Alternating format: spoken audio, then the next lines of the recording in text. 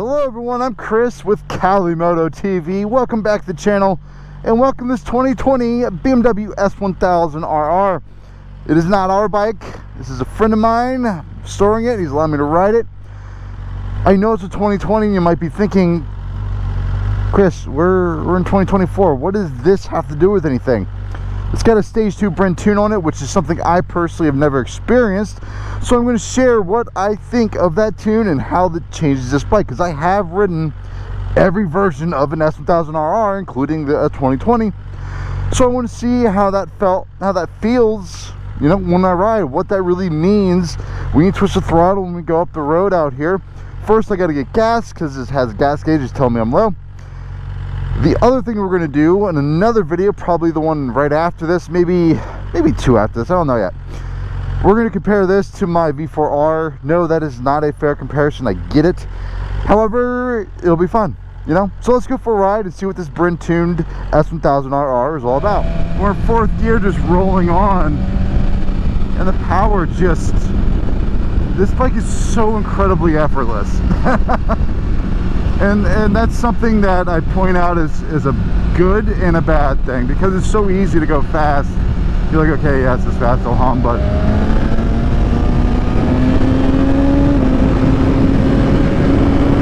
oh my god, the speed you get with this thing. This is fifth gear, by the way. It's just incredibly smooth.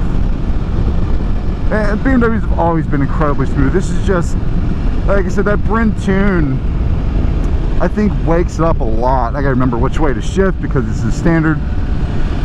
But the Bren tune, I feel like, just from the little bit I've played with it so far, really smooths out your torque and power curves, because it's so insanely linear, and it feels like it pulls in every gear.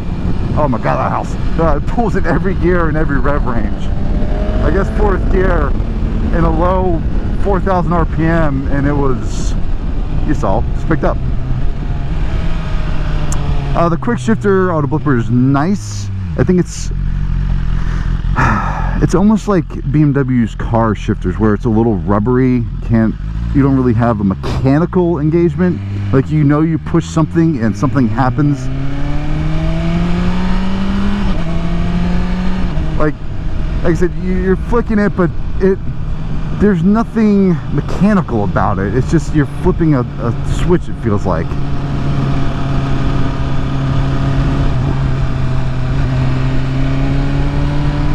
Love that blue. Oh, such pretty blue. But yeah, the quick shift auto blipper, like I said, they're great. They work perfectly fine. I do think they're not the best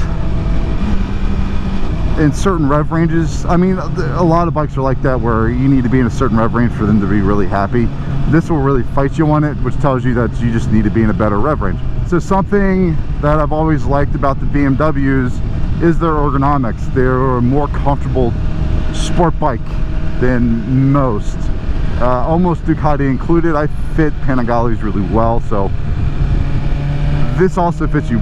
One thing I really enjoy is there's a ton of room to scoot back and get down. So on track, you just have all this real estate to move around, and I really like that. Yeah, God, the amount of speed you get quickly.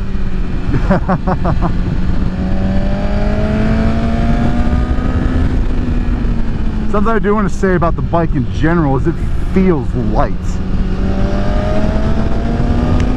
This does have the carbon fiber rims, so I feel like that's obviously a lot of unsprung weight that helps with that lightness and the flickability.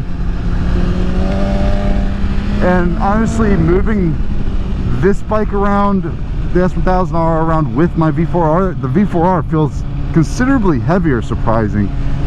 But out here, man, this thing just wants to lean. Until there's a Camry in front of us, a Turd, as they call it. This is crazy. I'm not sure if anyone sees it, but there's a car right there. I don't know if that just happened or what. I thought there was something parked, but holy shit. I'm hoping that didn't just happen. Oh, there's no one in there. Thank God. Holy shit, man. Whew. Wow. Talk about sketchy. Man.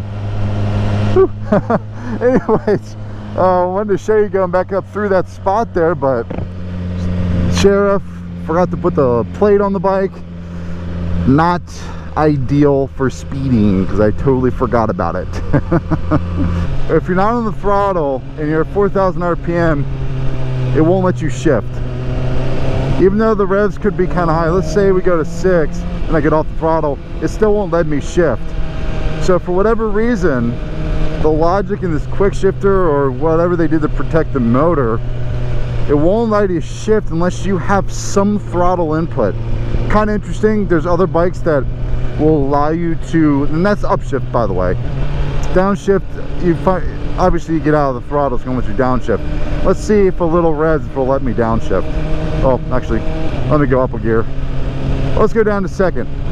Yep, it does. Okay, so it's just upshift. For whatever reason, going to the next gear from second to third, if you don't have any throttle input, and I do mean it can be just a little bit and it'll let you shift. Well, ladies and gentlemen, I apologize for the nature of this particular video. There's some stuff going on with the carb on the side of the mountain, the Sheriff, the fact that I forgot to put the freaking paper license plate on this bike after I went out. A lot of things. Moral of the story, people, take your time and plan out your stuff before you decide to go out and ride. Otherwise you run into what I just ran into. But real quick, because I'm not going to do a video off cam or on camera, but like showing the bike or anything like that. Initial impressions of the Bren tune. It is the fix for this particular 2020 S1000RR. It makes a massive difference. And what is this idiot doing? God damn, people are stupid. Anyways, it is the fix for that dead spot. It wakens this motor up to a level that is, I'm not going to say HP4 race level because it just isn't, but it is noticeably different. I always felt like, while this bike has always been fast, I felt like it was kind of sluggish in areas. I always was able to lean over really nice and like being in a corner. With these carbon rims, it amplifies that. Again, this bike feels lighter than the V4R. It feels so much lighter, even more nimble. I do like the, I thought that was a cop behind me.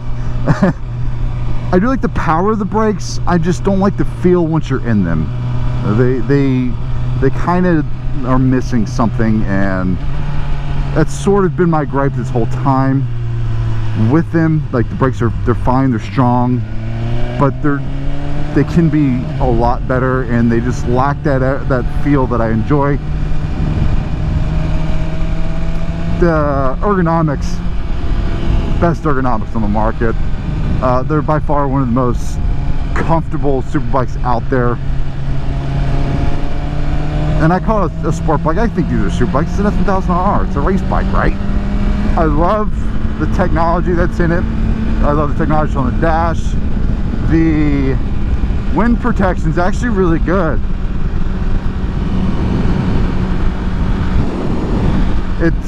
I'm not actually getting that turbulent air that I get on the R with the mirrors and the windscreen.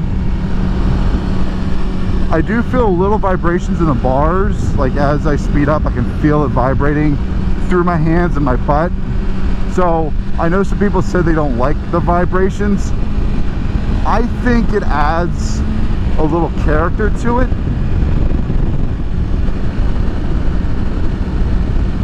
Because the part that makes me say BMWs are boring is the fact that it gives you so much, but you don't get a lot of feedback from it. Like I mentioned, the brakes being done, throttle is so good, but again, the bike just does everything so well, you can't really feel when things are stepping out on you because the electronics are so good. Well, the vibrations, they're so muted. The fact that there's some in this, I enjoy. But with that, you all have a fantastic day. Definitely come back in the next video because we're comparing this to my V4R. Not a fair comparison, but it'll be fun.